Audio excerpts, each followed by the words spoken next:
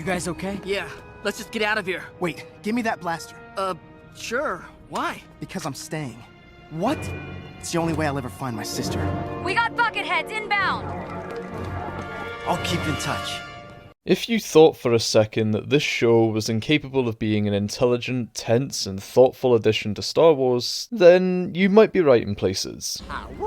But understand that that was my mindset 5 years ago, and now knowing the direction a lot of this is heading in and what this series has done for the franchise, it's from here that I learned not to judge too many shows before buckling in for the ride, and that line of thinking has surprised me from time to time. I honestly thought with Kanan and Ezra's skirmish with the Grand Inquisitor last time that might have been the turning point for Rebels, but it appears this series has an intention to focus on both civilian actions, tribulations, and perceptions as much as the Rebels and Jedi themselves.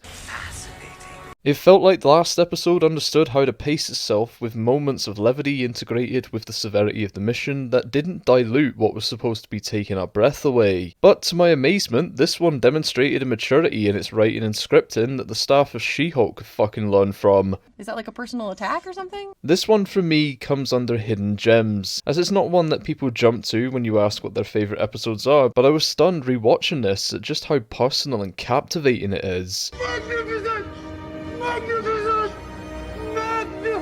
The stakes are risen, the plot balance is engaging and entertaining beats, and it's all mixed in with genres of thriller and spy espionage with the motivation of every character feeling realistic, and an uneasiness looming over a small assortment of our latest inductees to the franchise, with a couple of larger concerns at the heart of this when you realise what Kanan and Hera are chasing and how the Empire is working to expose Force sensitives. We start this little game of infiltration and retrieval with Ezra being revealed as a member of the Imperial Academy on Lothal under the cover of Dev Morgan, who's forced to participate in Imperial training regimes that bear a lot of similarities to the Clones Training Center on Kamino and Moralo Ival's box. We learn very quickly from here though that Aladdin's worked his way in to locate an Imperial decoder that will allow the crew to track down a Kyber Crystal shipment that the Empire are carting around for nefarious means, no doubt. You stupid idiots! As the investigation continues though, Ezra steadily builds relationships with a few of the cadets along the way, but taking the chance to claim the decoder from Agent Callus's office, one suspicious cadet named Zare Leonis follows him and informs Ezra that if he just walks out with it, he'll send the base into lockdown. No one else has a better idea, so fuck it.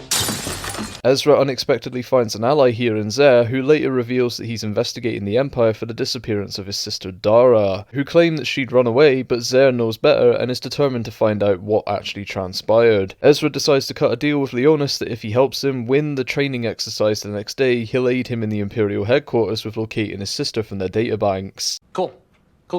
Leonis agrees and they get to work on clearing the well exercise the next day, with Ezra having to betray his friend Jaikel to keep him out of the Empire's line of sight. Sometime later, Ezra and Leonis figure out a plan that will allow our young Jedi to acquire the decoder, and the plan works, but on his way back from Callus's office, Ezra overhears a conversation between Oresco and the Grand Inquisitor. Fuck. Where Oresco is claiming that both Morgan and Kel are displaying signs that the Inquisitor is looking for. TGI Friday states that he'll be there the next day, and Ezra rushes to get the decoder outside the base, which allows Hera and Kanan to track down the Kyber shipment and make short work of it, almost killing themselves in the process. Whilst Ezra and Leonis bring Kel in on the plan to escape, and the next day they make their move in an explosive fashion, with Leonis choosing to stay at the end and dig further into his sister's disappearance, but promises to stay in contact should they need him again, or vice versa. It's a good day to die! And we close on Ezra and Kel returning to the Spectres as they gear up for their next mission, and Ezra affirming Kanan's beliefs that this is where Ezra's meant to be. Now there's a fuck ton to take in from this episode, and as I do with bountiful pieces of content like this, I try to assess them systematically, beginning with the investigative methods applied to rooting out potential Force sensitives within the Imperial ranks. The idea that Imperial officers understand that no one's that good in this army is firstly a good sign of self-awareness on their end, but also to know that there's a threshold for potential within their military is rather concerning, as it implies that individuals who have proven to be more than what is assumed of them in the past have been dragged away for questioning and likely redeployed as something more sinister, reconditioned for something greater, trained as an Inquisitor, or even killed for possible connections to the Force. Well, this stinks. This is deeply unsettling and something that isn't publicly known either, meaning the Senate cannot do anything to aid the missing, and there's possibly hundreds of thousands of families who have lost their loved ones in the name of service, but actually were wiped out out by their own leaders. This is a threat that Vader and the Inquisitors are seemingly tasked with locating and retrieving whenever someone is suspected, which became the case with Zare's sister, Dhara Leonis. Now, admittedly, I've not read the books, but I understand that Zare's investigation is continued in a spin-off series of novels where he uncovers what became of his sister Dhara, and it's during this time he finds out that she is in fact Force sensitive. Well, that's fucking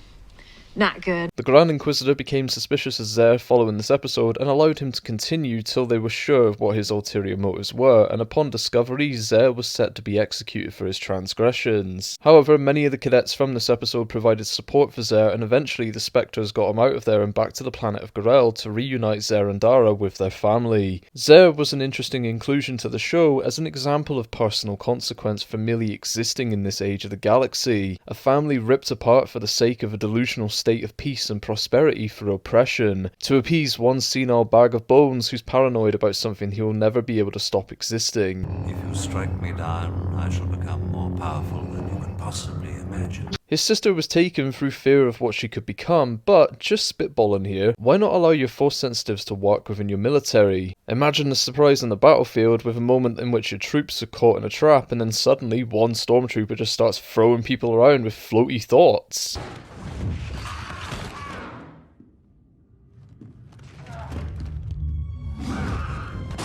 It'd be pretty fucking impressive. I'd apply that to my military. It would have been interesting to follow Zare's story on screen as the events of Dhara's rescue became rather intense from my understanding, but alas, we have what we have, and it worked out in the end. But I wouldn't have minded bringing Zare in with the crew for a while, or at least in the show's finale when all the parties are brought together for one last fight, as he's proven here to be trusting and resourceful enough to pursue his sister's disappearance alone. Moving over to our group for a second though, this was a masterful progression for both of our Jedis, as Kanan had to trust in Ezra that he could get the job done without any oversight this time, and was losing his fucking mind over it. Where are they?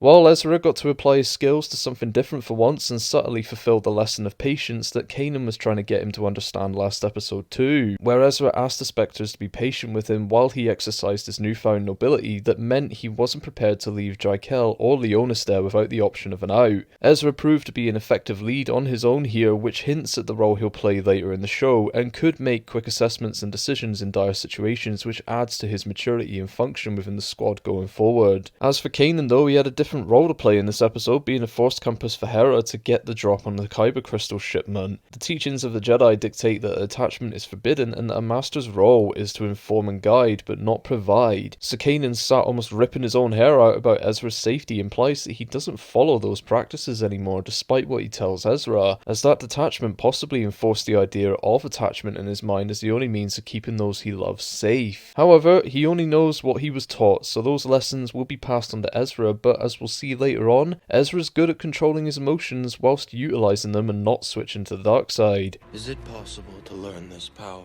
Now, the final note worth mentioning from this is the Kyber Crystal itself. There's not much to delve into here as it's pretty self-explanatory, but the Empire keeps carting those oversized shinies around as they're used to power the laser cannon on the Death Star. The idea is the crystal can be weaponized in a similar fashion to one's own lightsaber, just on a grander scale that allows for a concentrated energy beam to penetrate a planet's core, like stabbing a laser sword through a door and watching the area around it start to dissolve or crumble. We come back to this plot point in Season 4 with Saw Gerrera destroying the Empire's latest attempt to apply it to the Death Star, but they discover during this escapade that they are highly unstable and volatile without the correct casing. What is this? Don't touch that.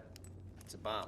A bomb? Yep. And you leave it lying around? I was gonna put it in a box. What's a box gonna do? But if you'd like a little bit more to this concept, there is in fact an unfinished arc of Clone Wars episodes that you can watch on YouTube or possibly StarWars.com that I believe are still canon, or I at least consider them so, that follows Obi-Wan and Anakin discovering one on Utapau that is intended for possible early testings. In the same arc as well, they also discuss the aftermath of Anakin's mental state following Ahsoka's departure from the Jedi Order, and the whole four-parter offers a nice buddy cop situation that acts as Annie and Obi's last last true adventure together before Revenge of the Sith. This week offers us a lot of incredible character work, fascinating setups for future cogs in this machine, and insights to Imperial procedures, plus a spectacle for the senses with Kanan and Hera's takedown of the Imperial carriers looking awesome. The growth of Ezra and Kanan's relationship is exactly what you'd want, with a brotherly connection being established, and I understand that some people consider this filler, but you need to look beyond what it shows and read what it tells you. The pacing was breezy with a ton of appearances that brings together everyone we've been introduced to so far, making this feel densely populated and generating a natural flow to the show, that no one character is ever limited in their appearances and that you never know when they could pop up. I like the reminiscent assets and environments used for the well too, as it bears a lot of similarity to the clone training grounds and Morality Val's box challenge in the Clone Wars, and weirdly the vibe of this episode feels a little like Boba's infiltration of Republic ranks during Season 2 of Clone Wars, just the hero looking for something this time, and generally I think this deserves a lot more respect than it actually gets. Anyway, that's all I've got for this week. I appreciate you stopping by. If you like what you heard here, leave a thumbs up and don't forget to subscribe for more down the road, and until next time everyone, take care,